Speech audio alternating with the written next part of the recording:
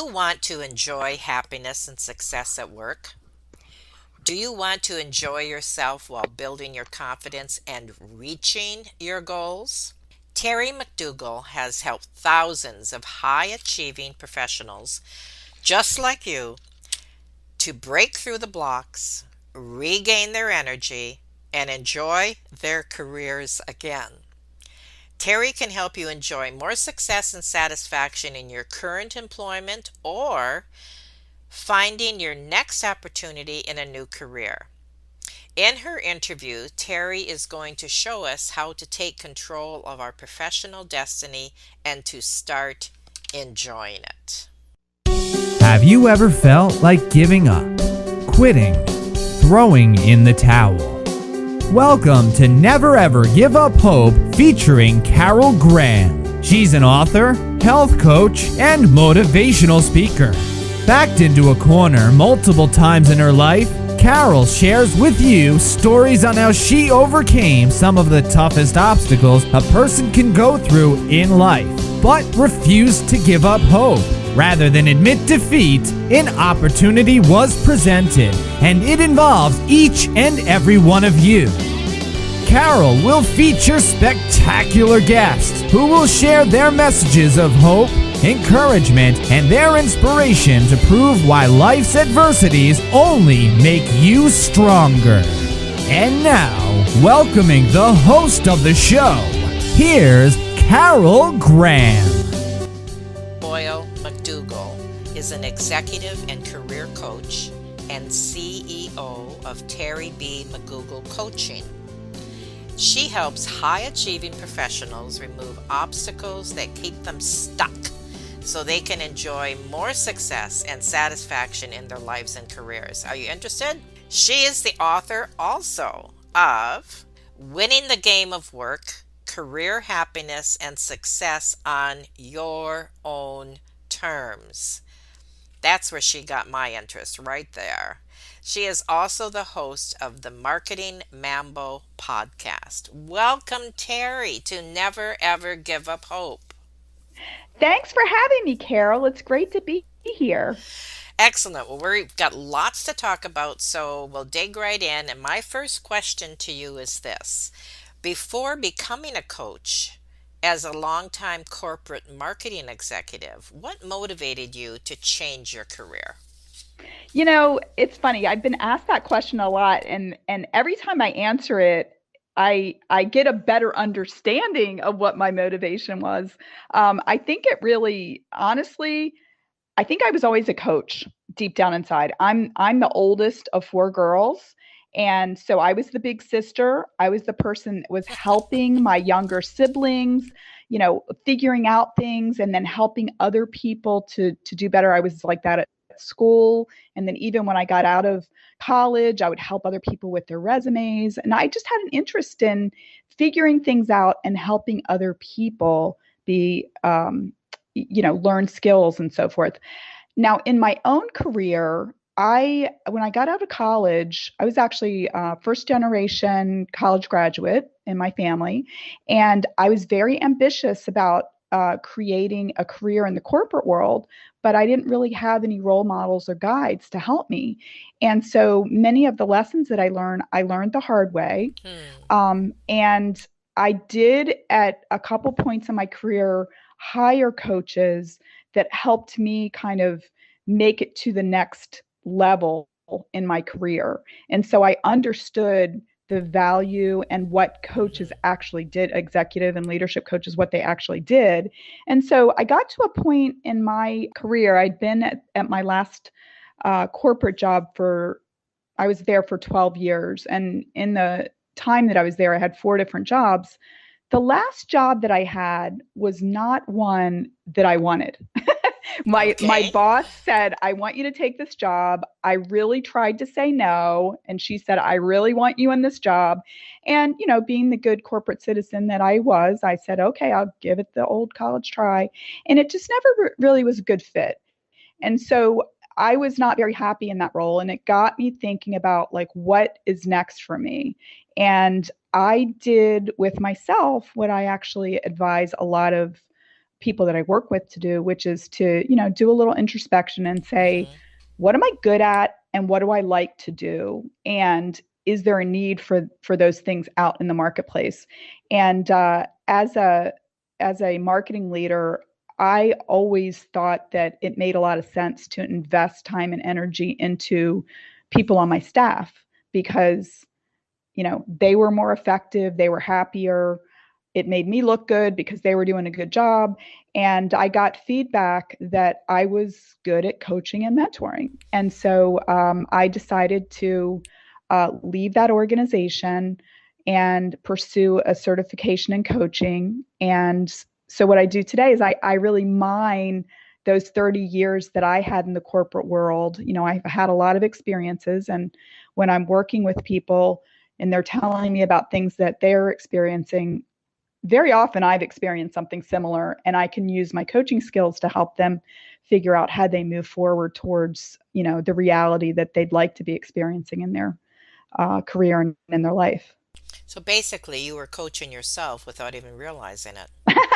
Yeah, I think you're right. I think you're right. Now, let's address those who are not currently satisfied in their career, because I know this is one of the things that you talk a lot about on your website, and it really tweaked my interest. You said that it could be because they're playing by the wrong rules. I love that, and I really want to know what you mean by that. I'll use myself as an example. Like I was a good student in school, and if I did what the teacher said and studied and put the work in, I would get rewarded for that. And I kind of thought that if I got into the workplace and I just sort of did my job and I, kept my head down and didn't make trouble, and that I would advance within the workplace. And it didn't take long to recognize that, like, yeah, you can keep your job if you do that, but you're not really going to advance. You're not going to be looked at as like a leader if you just come in and do your job. But I couldn't figure out, what are you supposed to do to get ahead? And I would see people that in my eyes I didn't think were really doing a good job, like they weren't showing up to all the meetings or returning all of the emails or whatever, and they were getting promoted and I could not figure it out. Hmm. And it's it took a lot of observation, and probably the biggest thing for me was I actually had a boss who was a great mentor to me, and he kind of pulled back the curtain and started pointing out to me what was really going on around me. That I really started looking at the politics within the organization and understanding, trying to understand what people's motivations were for operating in a certain way. And then importantly as well, I think that a lot of times people are very focused on the tasks of their particular job. And they're Hmm. like, hey, I showed up on time and I made the widgets. How come I'm not getting promoted? And I came across something that, as a coach, I came across something about how you add value in really any for profit organization. There's only really three ways to add value. You're either going to help them make money, help them save money, or help them reduce risk, which in many Hmm. ways is helping Interesting. them save money as well.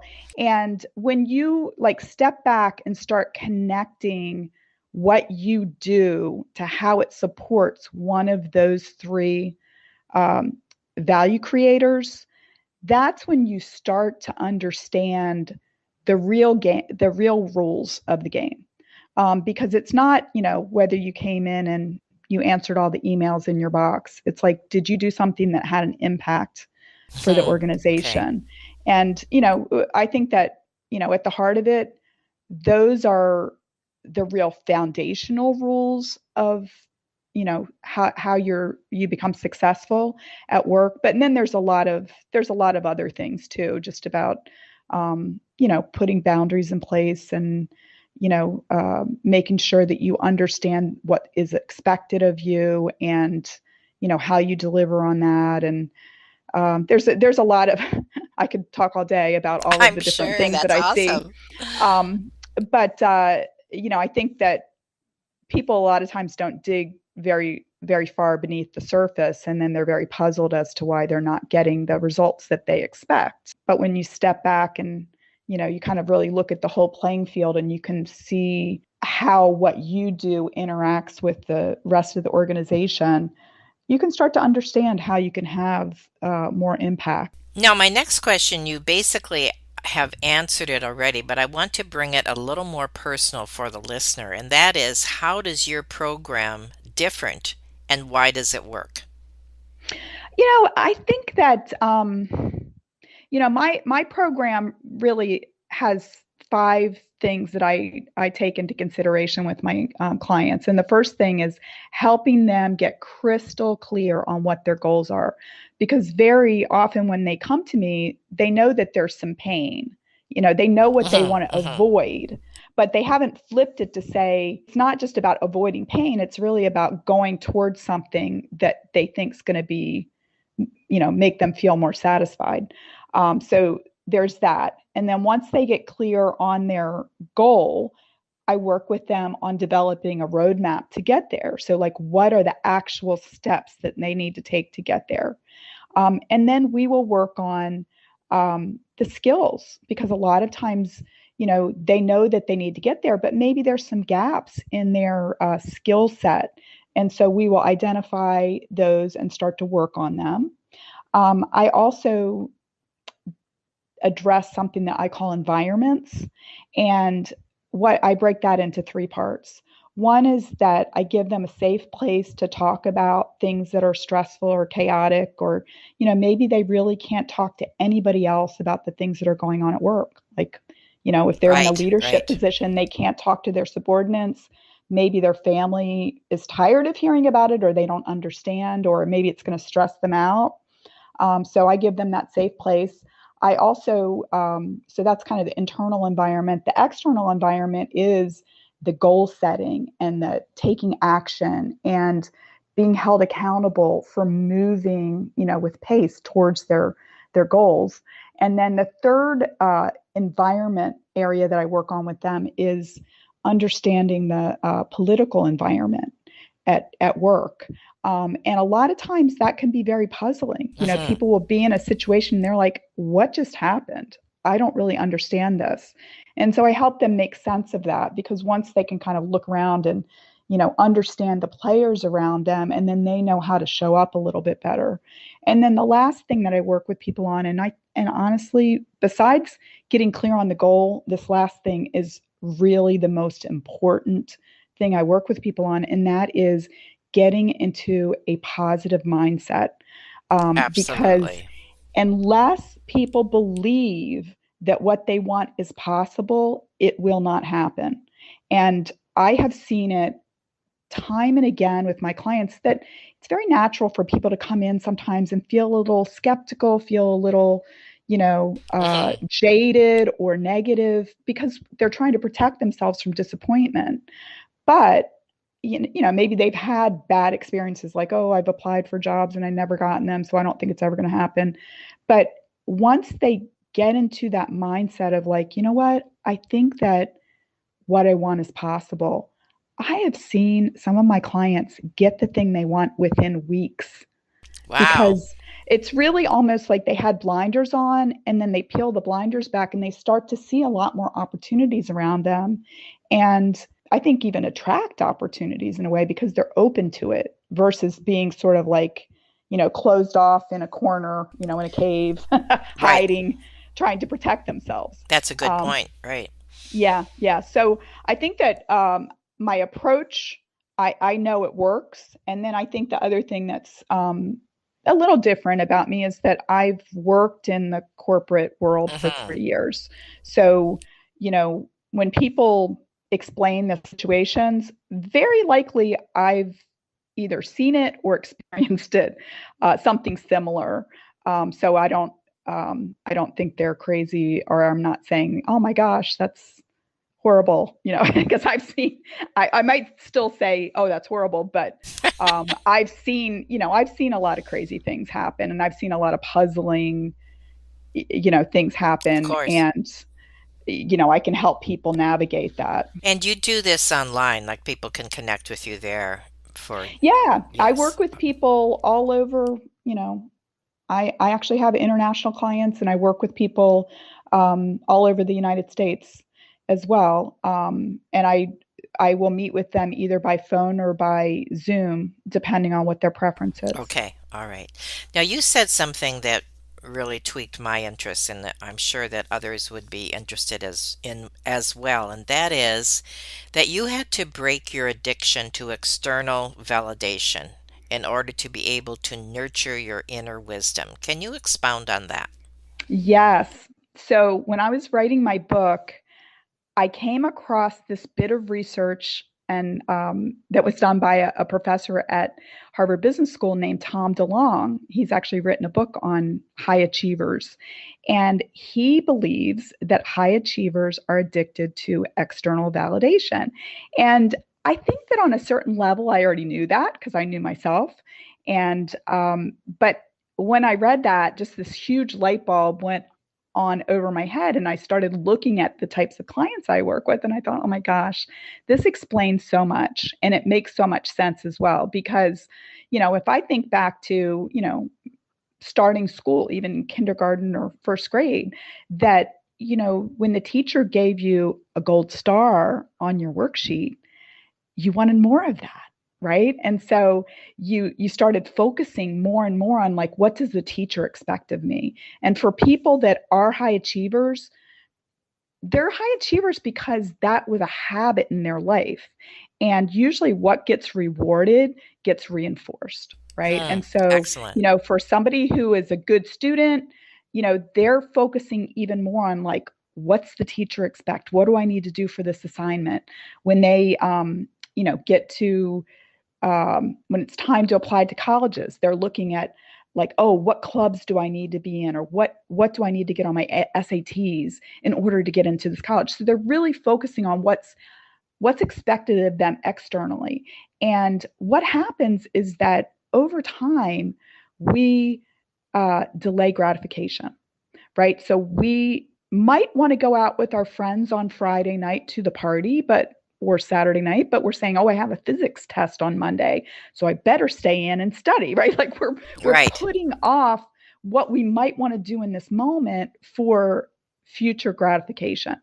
And what happens is that people keep doing that, and it becomes such a habit that they, in some ways, sort of pave over that connection to their own inner desires and maybe even their own judgment, that they're looking and saying, oh, well, does my boss like this or not? Did he or she think I did a good job on this? Right. And it can often leave us vulnerable to manipulation or exploitation. And I see it a lot where, maybe somebody's working for a boss that's not a great leader, and that they know that this person, if they ask them to jump, that person will say, how high? Hmm, And, hmm. in today's workplace, we all could pretty much work 24/7. We can find something to do, but at some point we have to say to ourselves, like, how much is enough, right? When is something good enough? And in order for us to get to that point, we actually have to, like, find that little wellspring of connection to our inner wisdom. And a lot of times there's like a little trickle that comes out here and there. Maybe we get excited about something and we know that that's something that we like to do or something that we're good at, and we want to go towards it. But sometimes we also are, like, pulled away because, our boss is telling us, much like me at that job, that Hmm. I said, maybe my inner wisdom was saying, that's not a good job for you. And I was trying to tell her that's not a good job. And she was saying, I want you to take it anyway. And I just acquiesced and I took it, even though I knew it wasn't a good job for me, because I wanted to please my boss. I wanted to stay on her good side. And, I overrode my own intuition and my own inner wisdom to do that. And it wasn't a good decision. Well, I suppose it was in the long run, but for 2 or 3 years, it was very uncomfortable and I wasn't very happy. Um, but when I finally did get back connected with who I really am and what I really like to do, I did find a more authentic path for myself. And certainly, where I find myself today is I'm very, very happy and I feel like I'm doing what I was meant to do. But it took a bit of struggle to get there. And I'm sure you're not alone, and that's why you're doing what you're doing. Yeah, absolutely. I mean, I really try to help people recognize that, you know, I actually will say to people, when I first start working with them, I'll say, well, what is it that you want? What's your goal? And a lot of times people will say, well, I don't know what my goal is. Or they will say, this is what I really want, but here's the 10 reasons why I can't have it. And I really try to encourage Hmm. people to say, like, look, it's good enough if you want it. We don't need to worry right now about how you're going to get it. Okay. Just let it live, let your dream live, let it breathe, and we'll figure out together, how you're going to get there. Actually, if we go back to, how I was talking about my 5-step approach to coaching, these are 2 separate steps. The first step is get clarity on the thing you want. What's your goal? And the second thing is what's the roadmap to get there. But a lot of times people like put those together, and Hmm. because they don't know what the roadmap is, they just, they don't want to like stand by their dream of the thing that they want. But, I totally believe that, we are all very, very capable. And if we really have a passion for something or something that we really want to do, we'll figure it out. I've seen it happen again and again, how miraculous it is when people are like, you know what, I'm gonna like have coffee with this person because they're doing something that I think is really Right. interesting. And then, that person connects them with a great opportunity, or they give them some information that helps that person be more successful in their life or career. I think that, we all deserve to be happy and to use our gifts.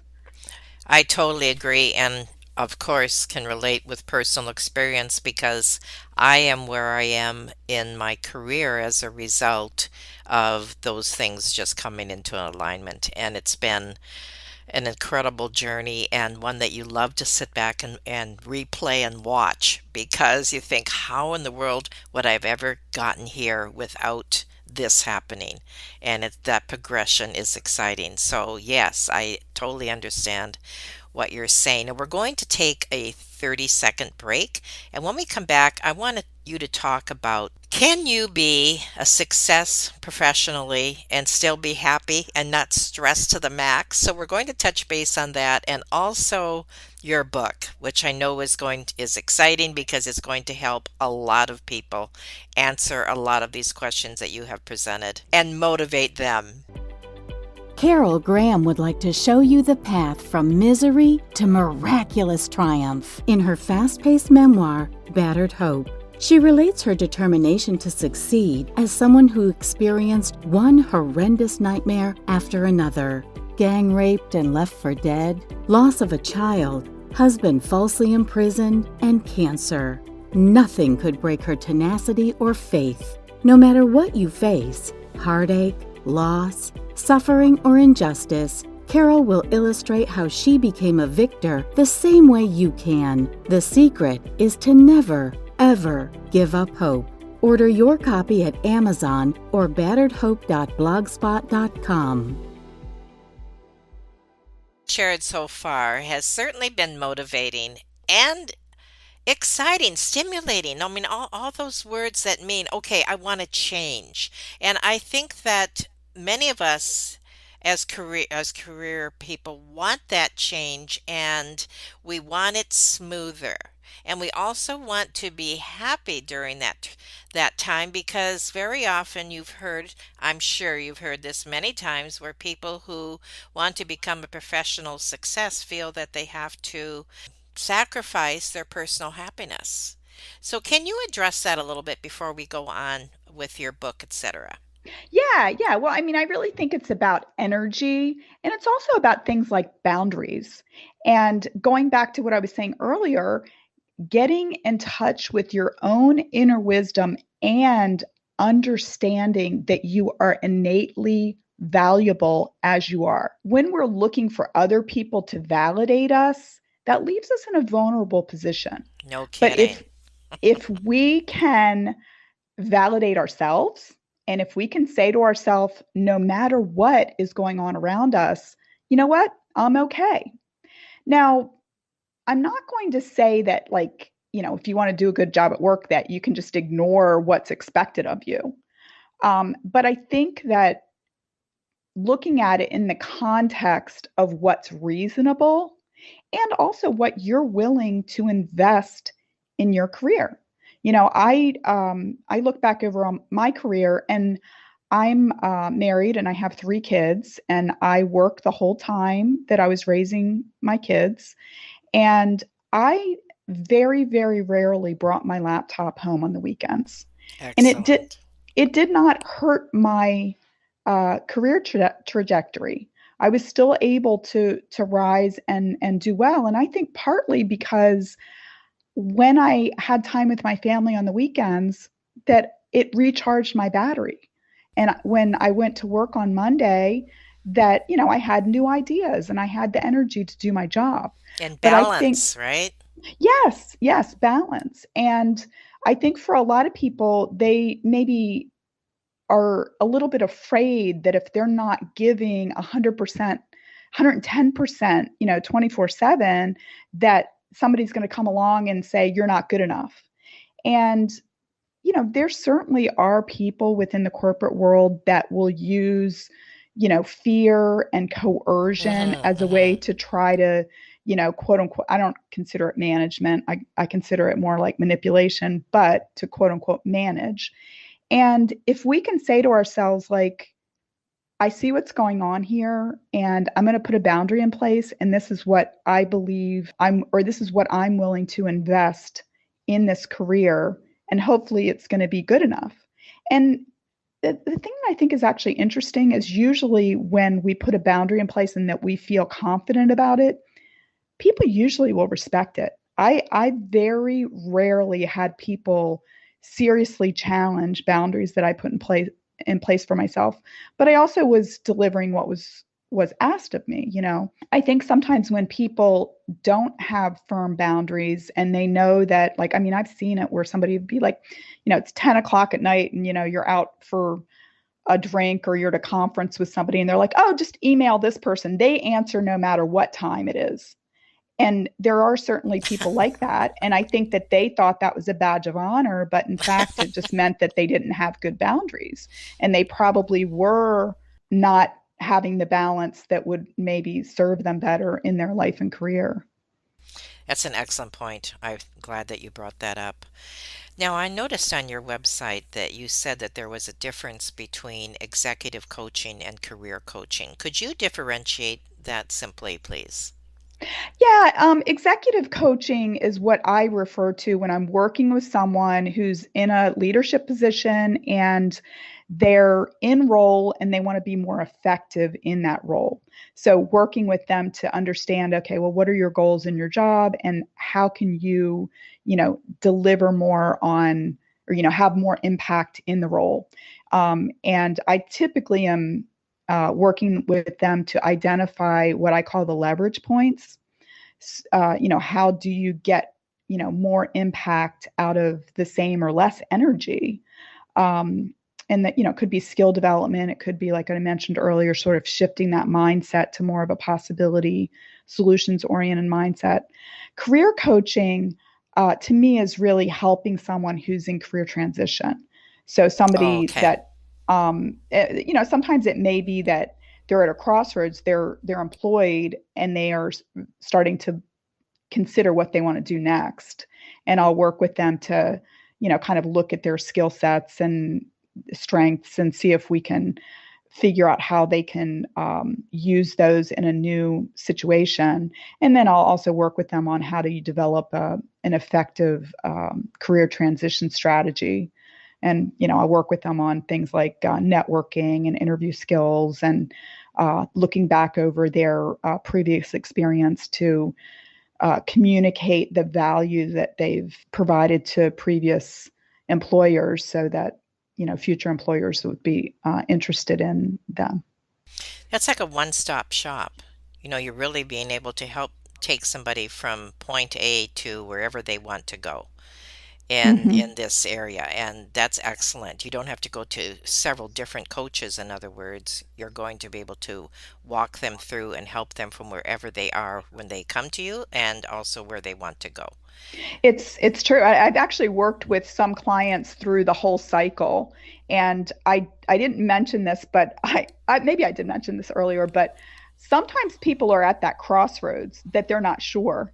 They're not sure, Hmm. like, is it that I could be better in the job I'm in, or is it really time to leave? Okay, good. And I would say that about 50% of the time when somebody's at the crossroads, if we, maybe we work on their skill development and they actually are more effective at work and they fall back in love with their job, or we get some clarity around what's going on at work and they decide, like, yeah, it's time to go. And now, like, what's the next step for me to, for that next role? Wonderful. Now, your book. Who should buy it? Is it a workbook? Tell us about it. Whatever you want to share. Yeah, so the book is for people who, want to be successful. I mean, this is not about, like, sell all your belongings and, go on a spiritual trek to India or anything like this. Like, I'm somebody that enjoyed, success in the corporate world, and the people that I work with enjoy that. That's important to them as well. But I believe that it's possible to have that and also have plenty of time and space to enjoy your life and to show up, as you are at work. And so Hmm. the book is really about helping people to look at themselves, understand their own strengths, understand what is important in the workplace and how to show up to have impact. You asked, is it a workbook? It has exercises at the end of each chapter on the topic of that chapter. So helping people get clarity around goals, or helping them understand, how to navigate corporate politics. I also interviewed 11 people for the book about their careers. And part of the reason why I did this is because I know for a lot of people, and it could be at any time in their career, but sometimes we look at people that are more advanced or in leadership positions and just we can think that, oh, they just sort of like got on this magic escalator that just took them to the top, and that they didn't really have to, withstand any hardships. And I knew from just talking to people over the course of my career and in different contexts, I had heard people's stories of how they got to where they were. And, you can look at somebody who's really successful and be like, oh, wow. But then when you talk to them and they're like, yeah, I got fired 3 times, or, I had to withstand, sexual harassment, or I had to, I bounced around and did a lot of different things before I finally found the right path for myself. And I really wanted to share these stories to be inspirational for other people, because sometimes what I'll see is that people are just like, I guess this is good enough. Like, I have a job. Why don't I just, have it? My parents are saying, well, why are you unhappy? You have a good paying job. But a lot of times these jobs can be kind of soul sucking. And I believe that we can both have success and have happiness and authenticity. And so the book is for people that want that. And one of the messages, I believe, would be you don't have to settle. You don't. And I mean, I say this all the time, that I believe that each of us is here on earth for a reason. And I think our mission here is to figure out what that is. And when you get closer and closer to the reason why you were given the gifts that you were given, you will find that you feel happier, that you feel like Right. things are easier, that you're in the flow. Things don't have to be hard. One other thing that I've kind of come to this conclusion, a lot of times the reason why we do things is because we want to avoid other people's disappointment or other people's judgment or criticism. And what I realize is that nobody else really has the right to judge us. And if we recognize that we're each here for our own unique reason, maybe other people don't know what our reason for being is. And so if they don't know that, and then Hmm. why would they ever be able to judge us? And so it goes back to what I was saying before, like when we step into that inner knowingness, that inner wisdom, our own intuition, and we, follow that, that's where we really find happiness and satisfaction and very often like incredible success as well. On the interview page, there is going to be a link to buy your book, and also there's a blurb about it. And one thing I did notice is that every review is a 5-star review. And I think that even though that's wonderful, a lot of people will look at that and go, wow, and they want the book. Well, I'm telling you, you need to, if you want to do any of these things that Terry is offering today, whether it be coaching or even reading her book and getting some clarity and some direction and help from her, she is going to be more than happy to connect with you through her book, but also through her website, and I hope that you will do that. So I appreciate everything you shared today. I know there are many people who have a lot of thoughts that are going through their mind of how they want this change, and maybe now this is the key to finding it. So thank you for everything you shared. Now tell us about your podcast. Oh, my podcast. I started it in January of this year, and it is just so fun. I love it. It's called Marketing Mambo. And I think that we mentioned earlier that in my corporate career, I was in marketing. And this started really with a conversation that I was having with one of my clients who's a marketing consultant. And we got off on sort of a tangent about marketing and intersection of marketing and technology, kind of little arcane thing. But what I recognized was that I missed having those kind of conversations. And my client actually made a comment. She was like, "Oh, I love this conversation that we're having. I think this would make a great podcast episode." And when she said that, a light bulb just went on, and I thought, well, why not? I've been on a lot of podcasts, and I really enjoy being a guest. But I thought, well, how fun would it be for me to be the host and to tap into my network of a lot of people I know in marketing and be able to have these conversations about the marketing profession, a lot of the challenges, a lot of the new things that are going on, share insights or bring experts on that I think will help people that either work in marketing or have an interest in marketing. And it certainly has been, I mean, as you know, as a podcast host, it's just such a privilege to talk to so many different interesting people. And I absolutely love it. And what you Um, learn from it is amazing, isn't it? So many it different really is. places and aspects of it. It's yeah, it's great. And I mean, I've talked to people from literally all over the world, and it's really fascinating to get the different perspectives. I love it. This has been really great. As I mentioned, I know that it is going to be the answer for many people who have been searching for someone like you that can help them. And so, not just your book, but also I want people to tap into your offers for coaching, both executive and career coaching, as you made that difference very clear, and I appreciate that. But also, is there anything that you would like to say to capsulize what you have shared today? I think that it deserves repeating that each of us deserves to be happy. Hmm. And it is absolutely okay to follow your heart and find that path to your authentic place on this earth. And I think that it is absolutely possible to have both success and happiness if you recognize that you're unique, you have unique gifts, and you will make the world a better place when you step fully into that. Well, you said what I was trying to say. I appreciate that was perfect.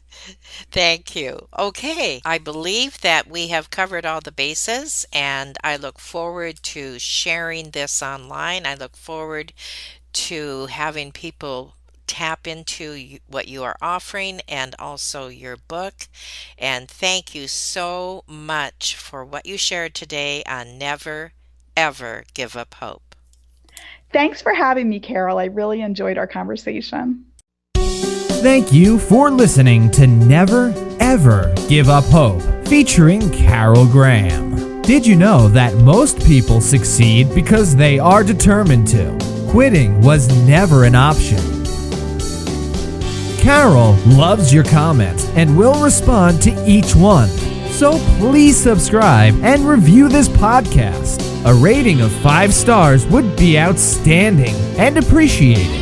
Remember, if you are still here, there is always hope.